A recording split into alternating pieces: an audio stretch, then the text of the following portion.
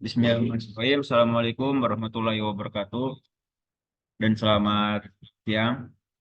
Yang pertama-tama yang terhormat Bapak Teguh Aprianto STMC selaku dosen pengampu mata kuliah SCM.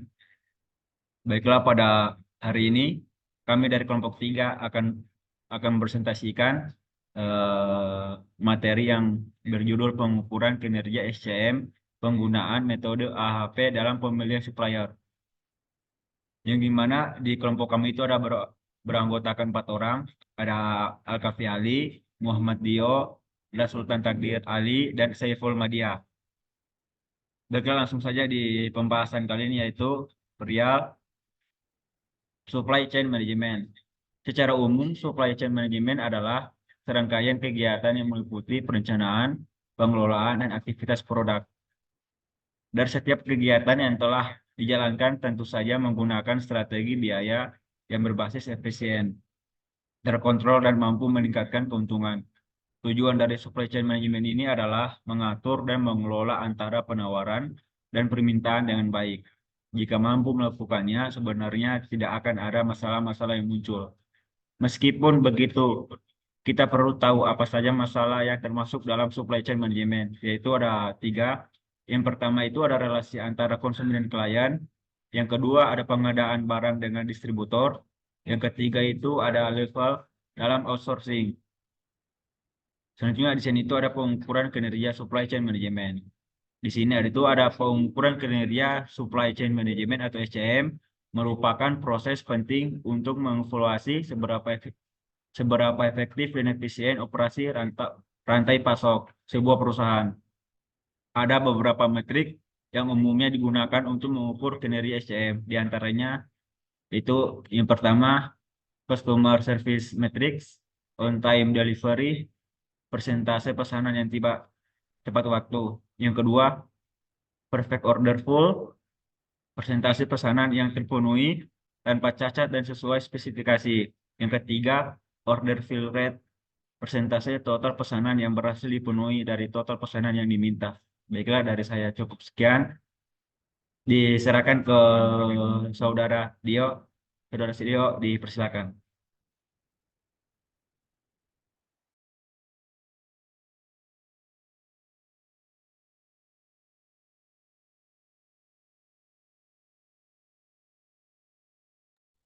Baik, terima kasih kepada Saudara Ali. Selanjutnya akan dibacakan oleh saya. Selanjutnya di sini ada poin yang kedua, yaitu operational efisiensi metrik. Yang pertama ada inventory turnover. Turnover, tingkat perputaran persediaan untuk mengukur efisiensi pengolahan stok. Yang kedua, order processing time, waktu yang diperlukan untuk memproses pesanan dari mulai hingga selesai. Kemudian yang ketiga, lead time, waktu yang dibutuhkan untuk menyelesaikan siklus pesanan dari pemesan hingga pengirim. Selanjutnya, yang ketiga, ada cost related metric. Yang di dalamnya ada 2 poin. Yang pertama, total supply chain, total biaya yang terkait dengan pengelolaan rantai pasok. Poin yang kedua, cost per unit, biaya rata-rata yang dibutuhkan untuk memproduksi atau satu unit produk. Selanjutnya, nomor 4, flexibility dan responsiveness matrix. Ada 2 poin. Yang pertama, supply chain response time, waktu yang dibutuhkan untuk menyesuaikan rantai pasok terhadap perubahan permintaan kebutuhan. Poin yang kedua, production flexibility, kemampuan untuk mengubah produksi sesuai dengan perubahan permintaan pasar.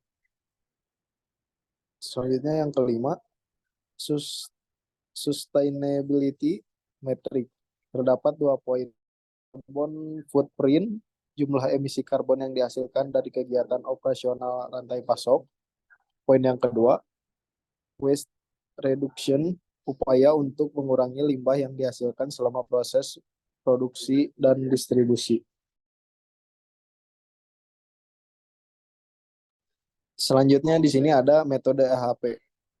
Metode analisis hierarki proses atau AHP adalah sebuah pendekatan matematis untuk mengambil keputusan multi kriteria yang dikembangkan oleh Thomas L. Satie pada tahun 1980-an.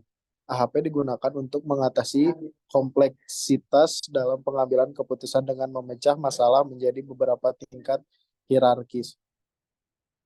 Sekian pemaparan dari saya. Saya kembalikan kepada Ali. Baik, terima kasih saudara Muhammad Tio. Sekarang untuk materi selanjutnya akan dipaparin oleh saudara Sultan. Kepada saudara Sultan dipersilakan.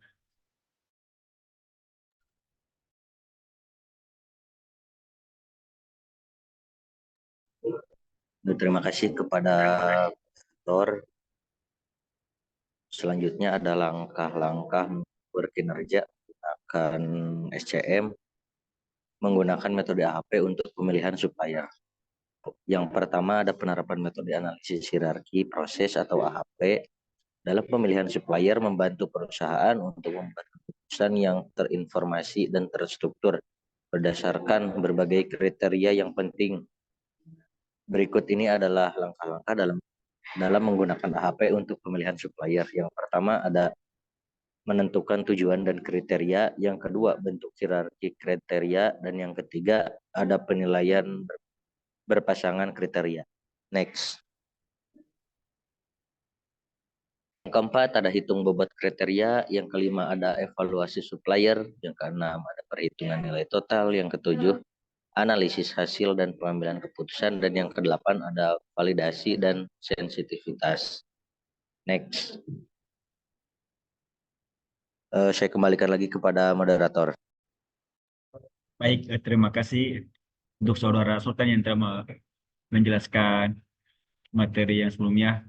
Ya, untuk selanjutnya, untuk saudara Saiful, dipersilakan untuk menjelaskan materi yang berjudul menghitung nilai normalisasi menggunakan metode HAP. Untuk saudara Saiful, dipersilakan. Ya, terima kasih kepada Saudara Alkafi. Saya di sini akan memaparkan tentang menghitung nilai normalisasi menggunakan metode HP. Berikut ini rumus yang digunakan untuk mencari jumlah dari total setiap kolom matriks. Ini seperti ini rumusnya, sedangkan rumus untuk menormalisasikan matriks yaitu seperti ini di total kolom. Untuk selanjutnya,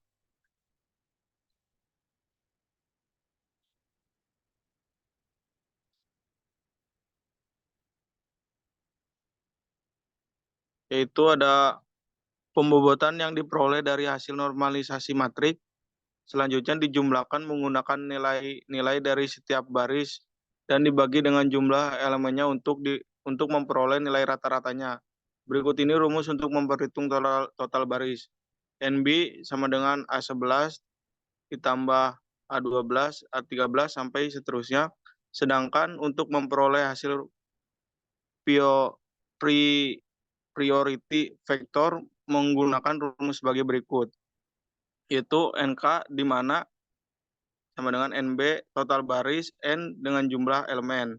Setelah diperoleh nilai dari pembobotan, kemudian dilakukan uji konsistensi untuk mengetahui tingkat konsistensi dalam mengisi kuesioner. Tahap pertama dilakukan adalah menghitung nilai max, selanjutnya menghitung konsistensi indeks atau CI, dan konsistensi rasio atau CR.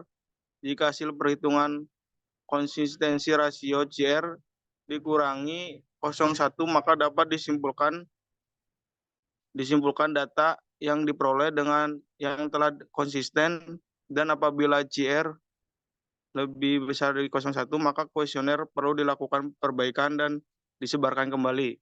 Untuk selanjutnya, ada CI max N dikurangi 1, CR atau C1R1 setelah melakukan perhitungan sebelumnya, yaitu pembobotan dan uji konsistensi. Maka langkah selanjutnya adalah menentukan prioritas supplier dengan melakukan perangkinan pada bobot global yang didapatkan dari perhitungan nilai agregat sehingga dapat diketahui bagaimana kinerja setiap supplier selama ini. Kesimpulan dari mengukur kinerja menggunakan ECM menggunakan metode HP untuk pemilihan supplier, yaitu HP membantu mengidentifikasi kriteria kinerja yang paling relevan dan penting dalam pemilihan supplier dalam ECM seperti kualitas produk, biaya, keandalan pengiriman, fleksibilitas. Dengan menggunakan HP, kita dapat menentukan prioritas antara kriteria tersebut berdasarkan kepentingan relatif mereka dalam mencapai tujuan pemilihan supplier. Misalnya, kita dapat mengetahui apakah biaya lebih penting daripada kedalaman pengiriman berdasarkan pilihan berpasangan. Untuk selanjutnya saya kembalikan kepada Kak Ali.